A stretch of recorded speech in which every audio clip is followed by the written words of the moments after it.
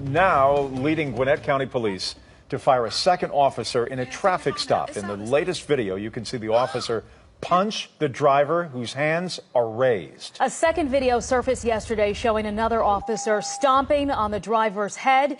Now both officers are out of a job and potentially facing criminal charges. 11 Alive's Ron Jones is following the investigation tonight. Ron? Yeah, and this video is shocking. They both happened in broad daylight as motorists were passing by. Now, the chief says what was caught on cell phone video is not only disturbing, but very embarrassing. Hey, take your phone out. It's out, it's out. Two jaw-dropping cell phone videos showing the disturbing actions of two Gwinnett County police officers during a traffic stop. Oh. The first video, released on Wednesday, went viral on social media. It shows the handcuffed driver, identified as Demetrius Hollins, on the ground and in handcuffs, held down by one officer.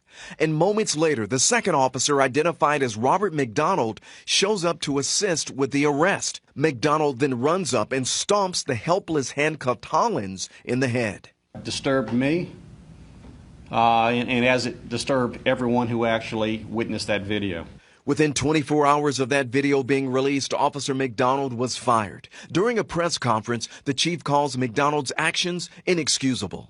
What happened yesterday at the hands of one of my former officers was embarrassing, not only to the Gwinnett County Police Department, but to all law enforcement.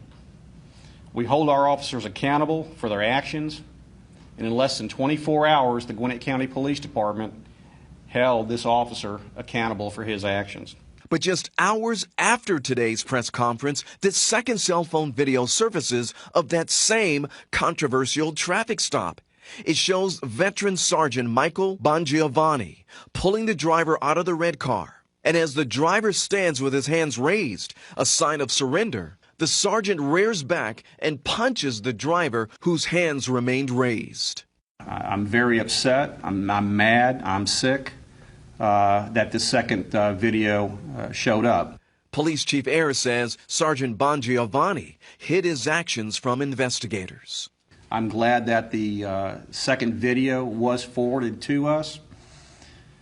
We've been able to move swiftly to terminate this supervisor who not only stepped outside of his training in state law, but he failed to tell us what happened in the incident report and the use of force reports.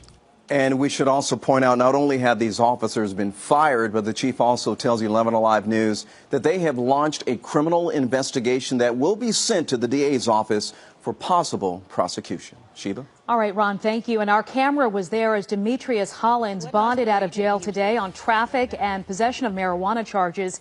He didn't say much as he left the jail with his attorneys, who said that he was okay, but headed to the hospital to be checked out. Police say they plan to take a look at Sergeant Michael Bongiovanni's personnel file tomorrow. But here's what we know about Master Police Officer Robert McDonald. He had been with the Gwinnett County Police Department since 2013. His personnel file includes 7 incidents, including 2 connected with Wednesday's traffic stop, and 3 use of force incidents, including on Wednesday. We tried to dig into the national numbers about police brutality, but we were unable to do so, and here's why. The FBI relies on police departments to voluntarily submit brutality statistics to them. We hooked up with the Cato Institute's Police Misconduct Department, which tracks all of these cases. And this map shows all the reported cases of misconduct that they found in the year 2015. It includes everything from shootings, assaults, and officer-involved DUIs. The Cato Institute said that they found at least 1,000 police officer shootings in America in just 2 years. The FBI now is working on a system to try and better track the use of force cases.